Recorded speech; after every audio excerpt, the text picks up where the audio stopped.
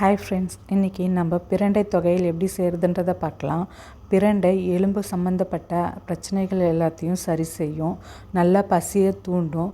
சின்ன பசங்களுக்கு கொடுக்கும்போது நல்லா பசி எடுக்கும். சரியாக சாப்பிடாதவங்க கூட நல்லா சாப்பிட ஆரம்பிப்பாங்க. அடிக்கடி இதை உணவில் சேர்க்கும்போது பிரண்டையை கையில் எண்ணெய் தடவிக்கிட்டு 4 பக்கமும் அதனுடைய நாரை எடுத்துகிட்டு சின்ன சின்ன துண்டுகளாக கட் பண்ணி எடுத்து வச்சுக்கலாம்.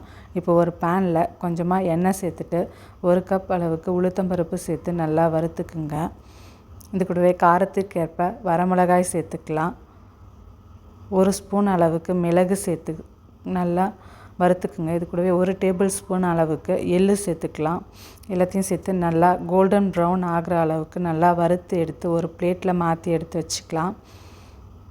இப்போ அதே பேனில் எண்ணெய் சேர்த்து 2 பச்சை மிளகா, ஒரு சின்ன துண்டு இஞ்சி, கட் பண்ணி வச்சுருக்க பிரண்டையை நல்லா வாஷ் பண்ணிவிட்டு அதையும் இது கூடவே சேர்த்து நல்லா வதக்கிக்குங்க. பிரண்டையுடைய கலர் நல்லா சேஞ்ச் ஆகிற அளவுக்கு வறுத்துக்குங்க. அப்போ தான் அது நாக்கில் பிடுங்காமல் இருக்கும். நல்லா இந்த அளவுக்கு கலர் சேஞ்ச் ஆகிற அளவுக்கு வறுத்துட்டு தனியாக எடுத்து வச்சுக்கலாம். இப்போ ஒரு மிக்சர் ஜாரில் வறுத்து வச்சுருக்க பருப்பை போட்டு பல்ஸ் மோடில் நல்லா கொரப்பாக அரைச்சி எடுத்து தனியாக வச்சுக்கோங்க. தனித்தனியாக அரைக்கும்போது நல்லா சேர்ந்து அரைஞ்சி வரும். மொத்தமாக பருப்பு பிரண்டை எல்லாத்தையும் போட்டுனா சரியாக அரைக்காது.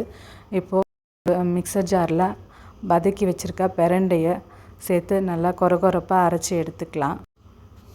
இது கூட ஒரு சின்ன லெமன் சைஸ் புளி ஊற வச்சுருக்கோம். அதுவும் தேவையான அளவு உப்பு சேர்த்து அரைச்சி எடுத்துக்கலாம்.